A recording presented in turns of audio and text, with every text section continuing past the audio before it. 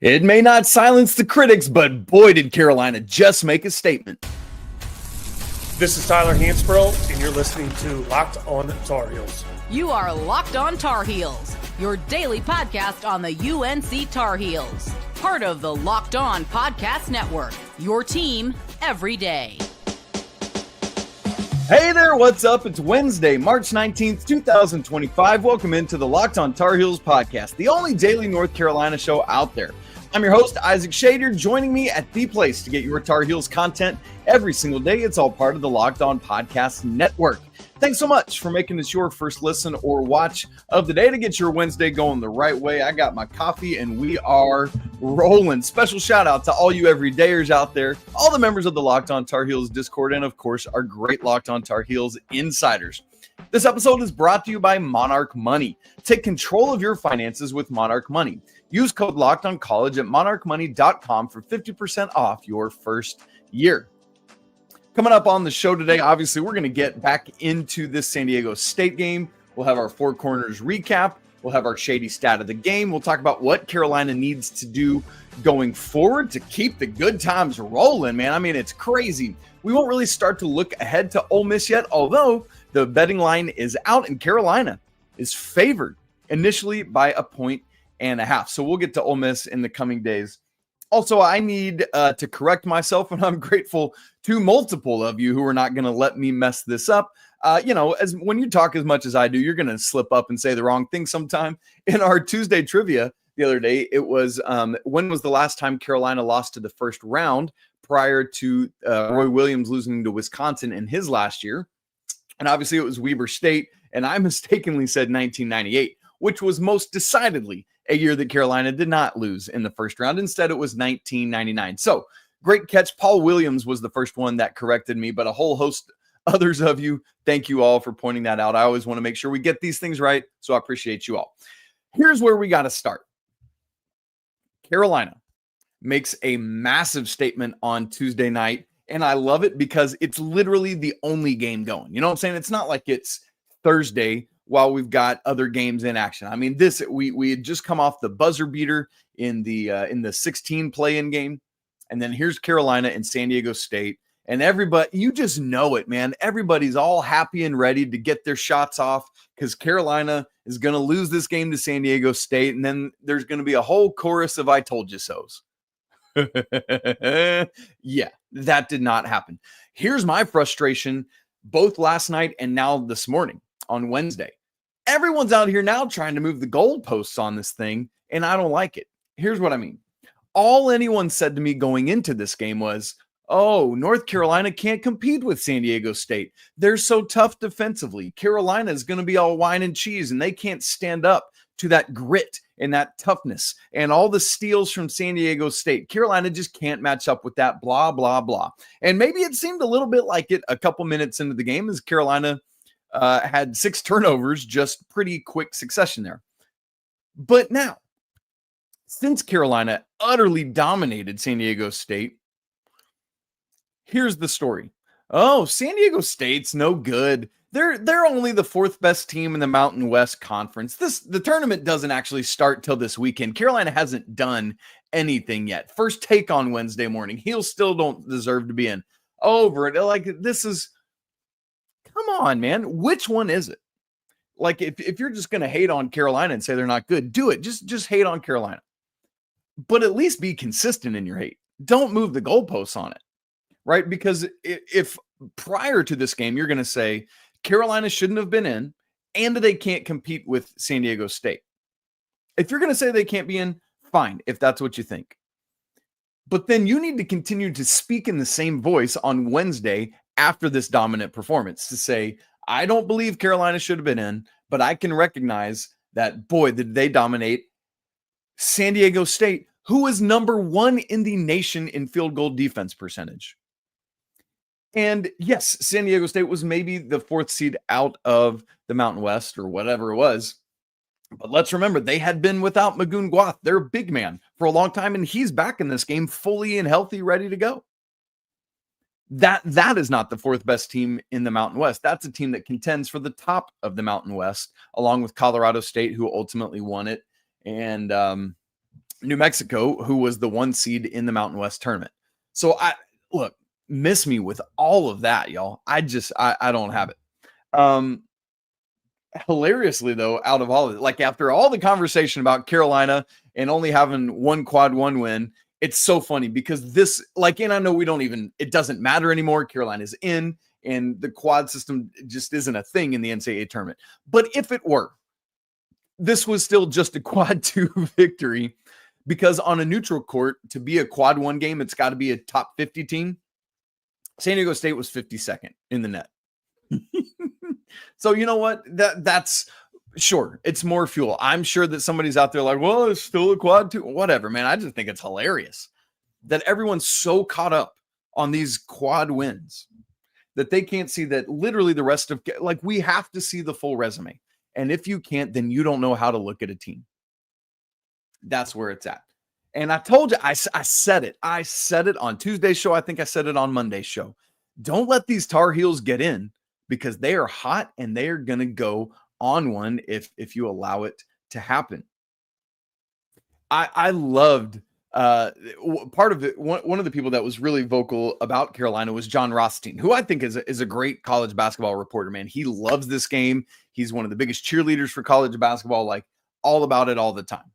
But he, like much of the national media, was all out on Carolina. Well, guess who the sideline reporter was for this game? None other than John Rothstein.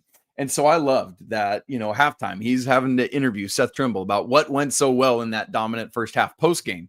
He's got Hubert Davis and RJ Davis standing there side by side. And I just wish one of them, they're bigger men than I am, but I wish one of them had gone in on him a little bit, like, well, John, we didn't deserve to be here, like that kind of thing. I love it.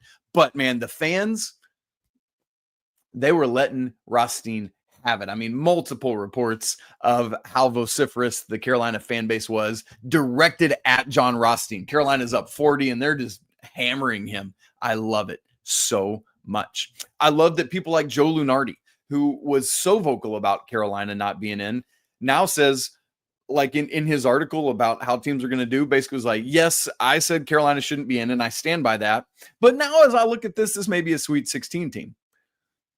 So that's fine. Like, both of those things can be true, right? Like, if you don't think the resume should get Carolina in, fine, I get that.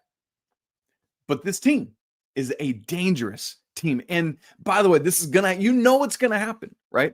Leading into the Ole Miss game on Friday, everyone's going to say, oh, it's the SEC and the ACC teams can't match up with the SEC because the almighty SEC, blah, blah, blah, blah, blah. But the second Carolina beats Ole Miss, the goalposts are going to shift again. Well, it wasn't Florida or Auburn or Tennessee or Alabama. This is a second tier, a mid-tier SEC team that the Tar Heels have just beaten here. It can't be both. It's got to be one or the other. But sure, keep hating, because it's going to keep giving Carolina bulletin board material to post up, and then Seth Trimble's just going to keep being like, all right, keep nodding his head like, I got it. Great. Watch this. And then just go out and do work. That's what my man Seth Trimble's going to do. And here's the difference for me and why Carolina is hitting so well. This was a game where the Tar Heels were hitting on all cylinders. It wasn't one of those games where it was like, man, Carolina was dominant, but poor RJ Davis just couldn't get going. This is one of those games where Carolina was dominant, but man, poor Elliot Cadeau, 87 turnovers or whatever it was. None of that, man. You had Jalen Withers getting great redemption, right? A double-double after his free throw violation gaffe. You had Elliot Cadeau having a great game. We're going to talk about him more in a minute, so I won't say more there. But that's 2 straight really, really great games from Elliot Cadeau. You had RJ on fire. Ian Jackson, since this game was at night, he had plenty of time after his Ramadan fast for the day to be able to get food and fluid in him and just go off. And so, Carolina was Vin Allen Lubin, a 10th straight game in double figure scoring. Seth Trimble, like, just messing everything up for the opponents, right? So good. And Carolina, when they're clicking like this, hitting free throws, hitting threes, all of it, That's a dangerous basketball team. Let me put some numbers to it. Bart Torvik is one of the great analytics websites for Carolina. In fact, it's one of the new team sheets that they have as a metric on the NCAA selection committee's team sheets. So thank you, Torvik, for your stuff that helped get Carolina in. One of my favorite things you can do at Torvik's website is you can look at a certain set of time to see how a team is performing and then do that relative to the rest of the nation. So if you go in and set it to go from February 15th, the day Carolina played Syracuse to start the 6-game winning streak, through the present, Carolina is playing. Where would you guess they are playing nationally in that stretch? Go ahead, give it a guess. Pause the show if you need to. I'm going to tell you in 3, 2, 1. Carolina, per Bart Torvik's algorithm, is playing as the 12th best team in the entire nation since February 15th. That's the span of the last 11 games, which is a third of the season. That smells wildly like 2022 to me, where Carolina over the last third of the season just was on one. The difference this year is because of the lack of high-level competition in the ACC and because of not beating Duke in the finale like they did in that year. I get that. But Carolina is in the nation's elite right now with the way they're playing. And if I'm Chris Beard and Ole Miss, I am legitimately scared about that. If I am Iowa State and TJ Otzelberger, I'm worried about Carolina beating Ole Miss and then me having to try to do that in the second round. Because when you think about a team that's 12th in the nation, that's like a 3 seed. So Carolina is playing with the capability of a 3 or 4 seed right now, not an 11. That's dangerous territory for anyone who has to deal with it. So Carolina, man, a dangerous, dangerous basketball team right now that nobody wants to see. Here's another stat. Carolina literally set an NCAA record last night. An NCAA record for any NCAA tournament game ever. Per Opta Sports, Carolina became the first team in NCAA tournament history to hit these 4 markers in the same game. First team in NCAA tournament history to score 95 or more points while shooting 50% or better from the field, while shooting 50% or better from 3 on a minimum of 20 attempts, and while shooting 85% or better from the free throw line, minimum 20 attempts. Carolina is the first ever team to do that in NCAA tournament history. And oh, by the way, let's remember it was against San Diego State, who leads the nation in field goal percentage defense, who is 14th nationally in points per game allowed. Carolina just went and decimated that team. But sure, no, that's fine. Go ahead and tell me again how San Diego State is just the 4th best team in the Mountain West, and it's not that big a deal. Okay, nice try. And again, it's not like it was against a 16 seed that Carolina did that. Okay, keep talking. We'll just keep playing, and you'll just keep making up excuses. Carolina is on absolute fire from 3 right now. We're going to get to that and the rest of the 4 Corners recap coming up in just a second. Right after I tell you about our friends at Upwork. Scaling your business requires the right expertise at the right time. With Upwork, you can find specialized freelancers in marketing, development, design, and more. Experts ready to help you take your business to the next level. Upwork gives business flexibility by connecting them with the top freelance talent across multiple industries, including IT, AI, web development, and marketing. So whether you need extra hands for a project or a long-term partner, Upwork makes hiring simple and affordable. If you need help with a marketing campaign, Upwork can connect you with a freelance expert who delivered incredible results previously. Posting a job, it's free and it's simple. And within a day, you can get multiple qualified candidates to choose from. So instead of hiring full-time, Upwork helps find affordable top-tier freelancers to scale your business efficiently. Visit Upwork.com right now to post your job for free. Again, that's UPWORK.com to connect with top talent and grow your business today. This episode is also brought to you by Fabric. Life moves fast, especially when you have a family. One day you're watching your kids take their first steps, and before you know it, they're off to college. That's why securing their future is really critically important. Fabric by Gerber Life makes it simple to get term life insurance that fits your family's needs. With Fabric, you can apply for term life insurance online right from the comfort of your couch, and in some cases, you could be covered in under 10 minutes and not even need a health exam. As a parent, I want to make sure my family is protected no matter what happens, and Fabric gives you that peace of mind. You can get $1 million in coverage for less than $1 a day. So protecting your loved ones, it doesn't have to break the bank, man. That's great news. Fabric also offers free digital wills and access to investment accounts to help you plan for your children's future. So go ahead and join the thousands of parents who trust Fabric to help protect their families. Apply today in just minutes at meetfabric.com/lockedoncollege. Again, that's meetfabric.com/lockedoncollege. Policies issued by Western Southern Life Assurance Company, not available in certain states. Prices subject to underwriting and health questions. All right, here we go. Four Corners recap, where we're unpacking a lot of what happened in this game. Some things that I thought were critical to Carolina's success. Coffee break right there. Number one, I said that Carolina was on fire, and boy, were they on fire. Per UNC Stats and Info, Carolina, who hit 14 threes in this game, UNC's 14 threes versus San Diego State were its most ever in an NCAA tournament game since the three-pointer was introduced in 1986-87. Think of all the great Tar Heel teams you've ever seen. Think of all the great shooters, all the teams that were high-level seeds. This is the lowest seed I believe that Carolina has ever had since things went to seeding in the 84-80, or since it went to 64 teams in 84-85 season. And this is the team that hits the most. And it's not like they needed 93 threes to get there. They made the most in Carolina NCAA tournament history while shooting over 50% from beyond the arc. This team is on an absolute heater. Let's go back. I was talking back to the beginning of that winning streak, and Carolina has now won 9 of 11. The day they started that game against Syracuse, they were shooting 32.3% from beyond the arc. Now, today, as we sit here and talk on Wednesday, March 19th, a month and 4 days later, they are shooting 36% as a team. They are up to 64th in the nation. I keep stats, and look, this is many games away from now and a long shot. But I keep stats on three-point shooting for every national champion we've had in the three-point shooting era. Literally every national champion has been 33% or above. And all but 6 of them have been 36% or above, which is the threshold that Carolina just reached. I'm not saying this team is going to make a run to the national championship game, but I'm saying that now they have the three-point shooting pedigree to be able to do it.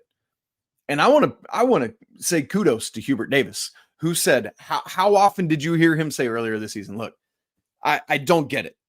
This team shoots wildly better than this in practice. I see it every day. The coaching staff, they see it every day. The players, they see it every day. The managers, same thing. And it's just not translating. You guys, that almost alone has changed the trajectory of the season. Carolina's ability to finally start doing what they can do from beyond the arc. Like we thought it coming into this. I remember talking about it coming into the season too. Like, ooh, this team could be real good from and now they are. Now they are 64th in the nation. 6 different Tar Heels hit a three in this game. I love that Dante Mayo got one like right there at the end. And then Ian Jackson, man, he has needed to hit. Had a good look or two that he made. What did he finish from 3? Because I know he made 2, but he had a good look, 1 or 2 that just missed. He finished 3 of 6, so he missed 3. He had the bank in, which was hilarious. But Ian is so dirty. That one, I mean, I think that guy is still looking for his knees and ankles. That poor Aztec was just sitting on the floor. Great stuff. Really happy for Ian. But Carolina, if they can keep that three-point shooting going, who is going to stop a team that's hitting 14 threes while shooting over 50% doing so? Even if you come down to 40%, it's absurd. Number 2, in the Four Corners recap, Elliot Cadeau. How many times this season have I said, for those of you that are with us all the time, you've heard me say it. And thank you, everydayers. We love you. Carolina, their ceiling skyrockets if Elliot Cadeau could be everything that he's capable of.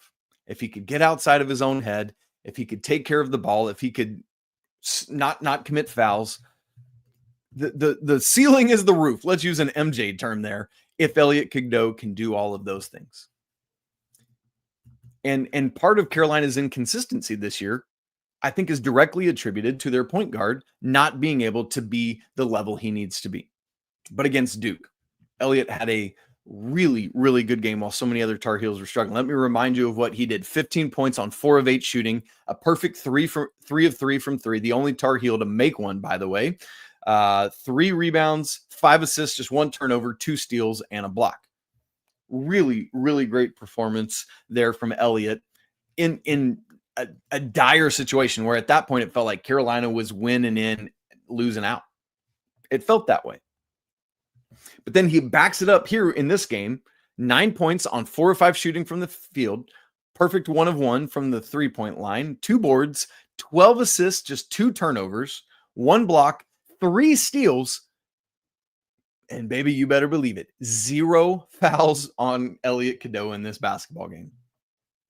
This version of Elliot Cadeau is specifically why Carolina did what they did.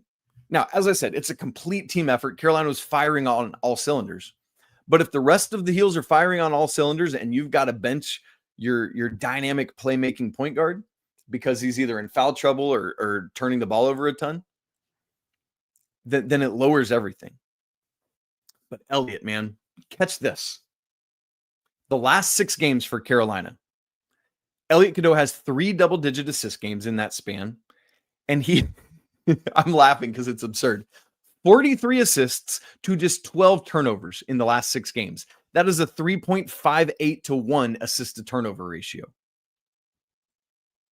That's the dude that I thought was coming in early last year, and I want to see that every day of the week. And we're going to get to see it again on Friday, and Carolina needs him to show up again. And in the last 5 games, by the way, Elliot is 6 of 8 from beyond the arc.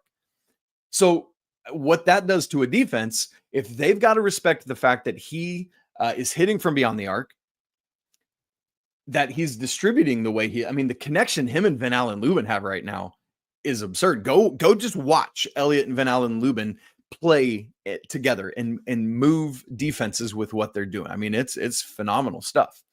And the fact that he's still able to get to the rim of it, like the first bucket of the game was a great example of this. Blows by his defender. Magoon Guath, the great shot blocker, tries to come over, but Elliot is like burst of speed past him and gets it on the backboard before Guath can make a move. Great stuff from Elliot Cadeau. Number 3 in the 4 corners recap. Carolina, one of the most important things they do this season that helps them because of their guard-oriented fast break attack is part of what they really need to get going. 34th in the nation right now in adjusted tempo per KenPom. Carolina's fast break points haven't been as strong lately. Let's just work our way backwards. 11 versus Duke, 7 Wake Forest, 6 Notre Dame, 7 in the Duke regular season finale, etc. Lots of other single-digit efforts. 18 in this one, man. That's exactly what you want to see from Carolina. And we're going to talk more about what led to those 18 points, like how that transpired here in a second. But that's the most Carolina has had since, funny enough, the Clemson game where they lost by 20, they had 18. But this is tied for the second most fast break points Carolina has had all season. That's part of this complete breakfast, right? When Carolina is able to get out and run, that's what they need to do. Got to build off defense and make it happen. And then 4th in the 4 corners recap, I thought second chance points were critically important in this game. When you look at second chance points, usually the team that dominates it is a team that had a lot more offensive rebounds while the other team didn't. What's really intriguing about this game to me is that the teams were essentially tied in terms of offensive rebounding. Carolina had 10, San Diego State had 9, right? Like that's basically a push. But Carolina was far more efficient in turning their offensive rebounds into points as opposed to San Diego State. So San Diego State, 9 offensive rebounds, 6 second chance points off of those. Not very efficient. Carolina, on the other hand, 10 offensive rebounds, just 1 more, but 16 second chance points. So 1 more offensive rebound, 10 more second chance points. It's those little things that help you pull away in a major way like Carolina did. Really, really good there. Proud to see that of the Tar Heels. All right, guys. I just talked about the fast break points. The key going forward for me is that this can't be a one-off, what Carolina just did, a dominant offensive effort. But you know what? For me, it was all keyed on the defensive side on the floor. So we're going to talk about that and the shady stat of the game coming up here in just a second. Right after I tell you about Monarch Money. Hey, do you ever check your bank account and wonder, oh, where'd all my money go? Well, yeah, between dining out, online shopping, and entertainment, it's easy to lose track. And that's where Monarch Money comes in. It's your personal CFO, giving you full visibility and control over your finances. I chuckle about thinking about a CFO living in my head. Now, Isaac, you shouldn't be spending money on that, right? Monarch Money isn't just a budgeting app, though. It's a complete financial command center. You can track all your accounts, investments, and spending in just one place. So you stop just managing your money and you start building wealth. Instead of having to juggle multiple apps, you can use Monarch to check your finances, track spending, and even plan long-term goals. My wife and I, we always want to make sure we're on the same page financially. And thankfully, with Monarch Money, managing your money with your partner is smoother than ever. You can track shared and personal accounts, you can set goals, and you can stay on the same page without the stress. So take control of your finances with Monarch Money. Use code LOCKEDONCollege at Monarch Money for 50% off your first year. Again, that's monarchmoney.com, code LOCKEDONCollege for half off your first year. Check it all out, Monarch Money. The NCAA tournament is here, and so is the bracket breakdown. Locked On Podcast Network and Amazon Fire TV channels are teaming up to deliver NCAA tournament coverage like never before. Watch studio shows featuring former players and Locked On's local experts as they guide you through every upset, buzzer beater, and bracket matchup. Stream it all for free on Amazon Fire TV channel. Search Bracket Breakdown to see it all for free. It's your team every day.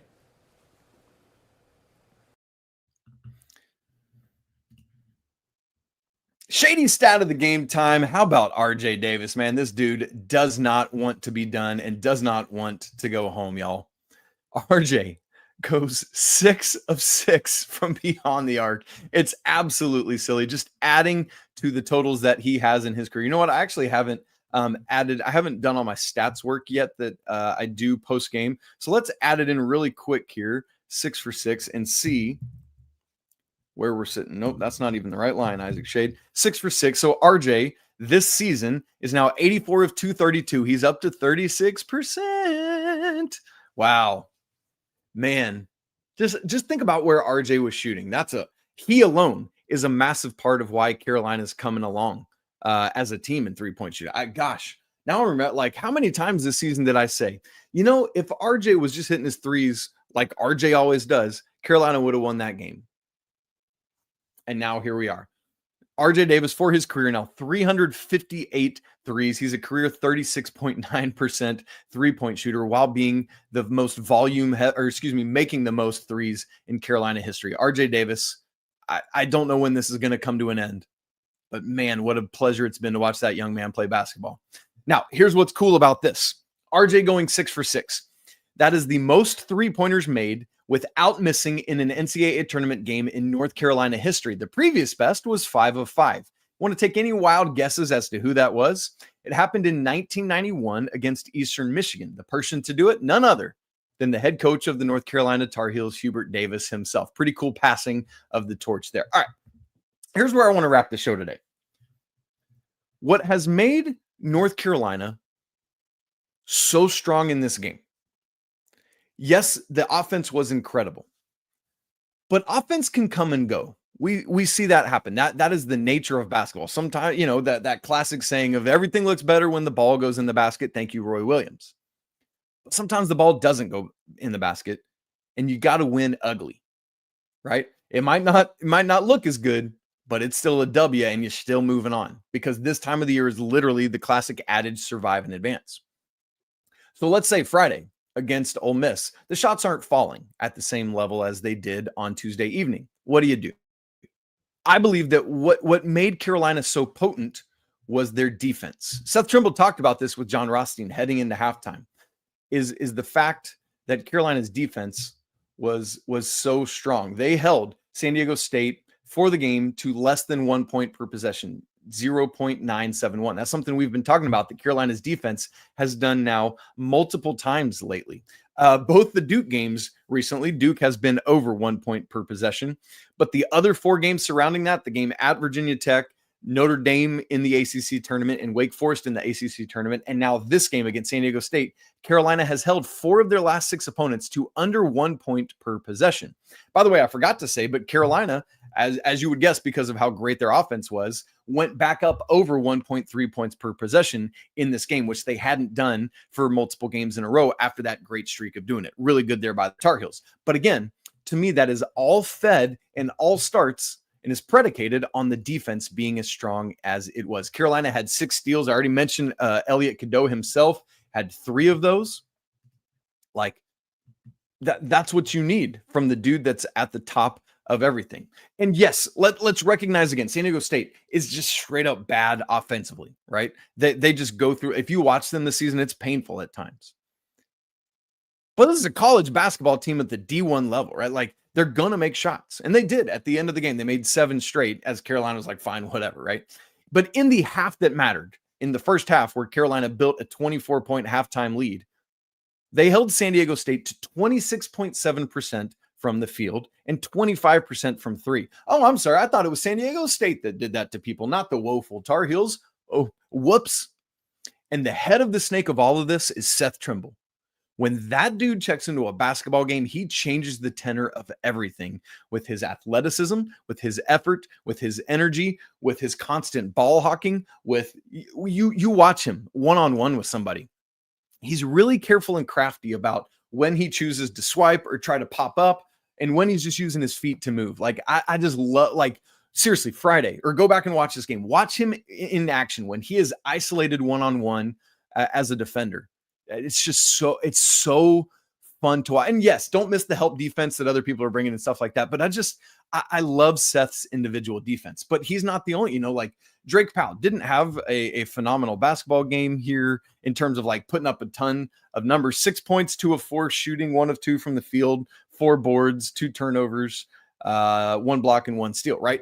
So it's not like I say it didn't have a phenomenal game. I just mean it didn't jump off the page at you. But Drake Powell still does great work in this game here. I mean, coming in, I'd say basically you got to shut down Boyd and Bird, the 2 double-digit scorers on this team. And there we go again. Everybody's like, oh, what? But that's not how. Come on, what are we doing? Those 2 guys, Boyd and Bird, the 2 leading scorers, combine to go 5 of 19 from the field and 2 of 12 from 3.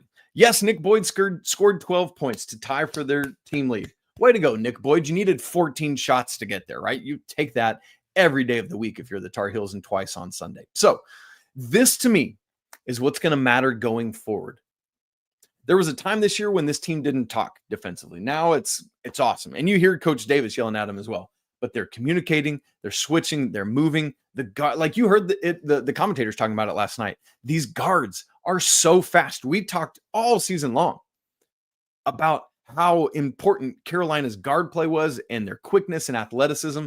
And now they're using that to their strength and advantage. And boy, is it a glorious thing. Okay. So here's what we got coming up the rest of the week. Coach Pat Kilby is going to join me tonight as we record for the Thursday show. Here in just a little bit, I'm actually going to join Locked On Ole Miss host Chris Willis Stephen Willis. Chris Willis is another guy I know. Stephen Willis to record a crossover show ahead of this game so we can get to know the Rebels more. And then on Friday's show, Coach Rob is going to join me to get us ready for that game, which will tip at 4:05 Eastern time on TNT. So we'll get ready for that. You guys, it's always a great day to be a Tar Heel. If you haven't joined the Locked On Tar Heels Discord yet, that's a great thing to do, to hang out with a bunch of other Tar Heels.